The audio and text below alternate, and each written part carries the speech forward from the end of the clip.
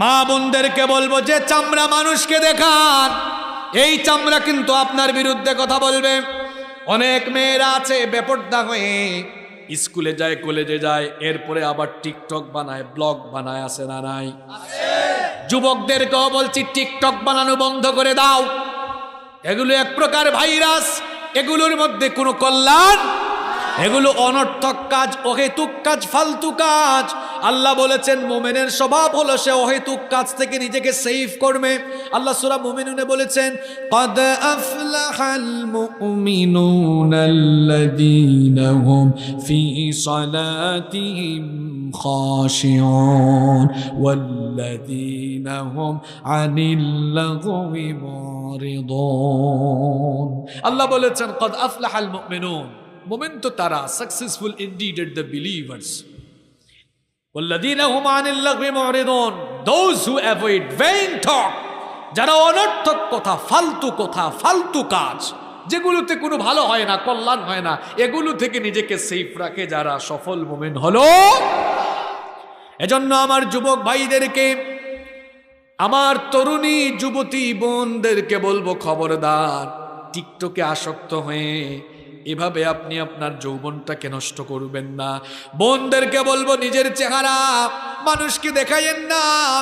কিছু কিছু মহিলা আছে দেখবেন, বাড়ি থেকে যখন বের হয়, বের হওয়ার সময় দেখা যায় 2 ঘন্টা সময় লাগে সাজগুজ করতে, আছে না নাই?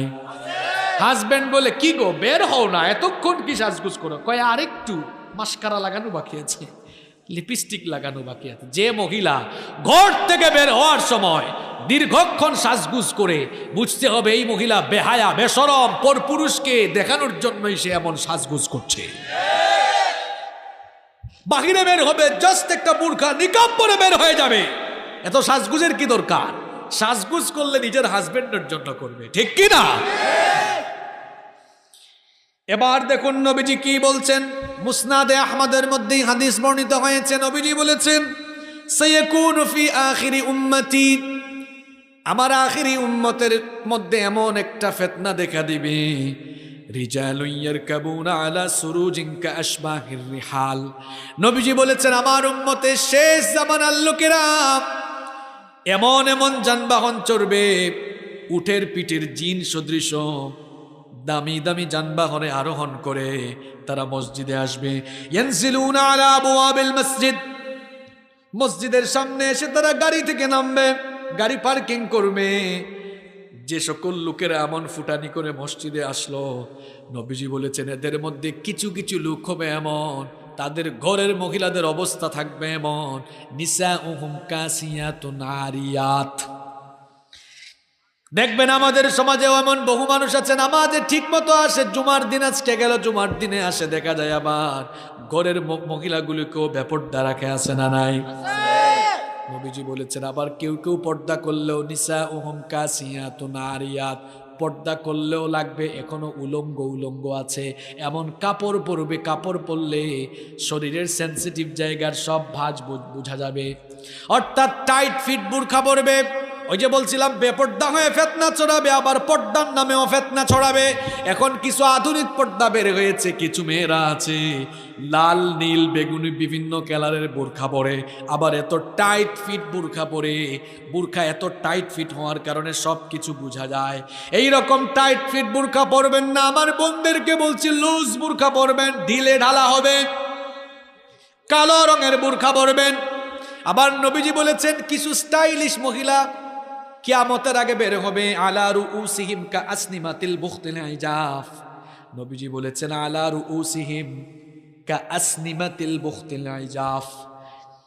বুরখা পরবে ঠিক আছে, কিন্তু মাথার উপরের পর্দাটা হবে বড় স্টাইলিশ। আলা রুউসিহিম, তাদের মাথার উপরে, কাআসনিমাতিল বুখতিল ইজাফ, বুখতি উটের কুজের মতো ভাঁজ দিয়ে দিয়ে স্টাইল করে হিজাব বাঁধবে। সমাজে এরকম নাই?